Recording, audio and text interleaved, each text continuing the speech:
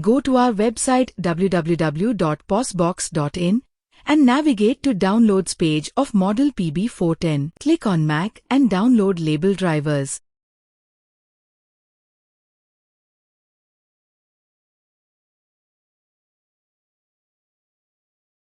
From Download, open PosBox PB410 label DMG file. Double-click and open installation file within DMG. Click on Done. Now click on Apple icon on the left corner and open System Settings. Move down and open Privacy and Security.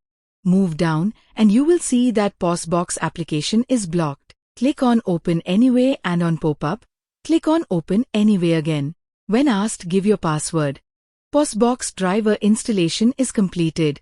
Now we have to connect our printer with your Mac. Go to Printers and Scanners. Click on Add Printers. Connect printer USB cable with your Mac.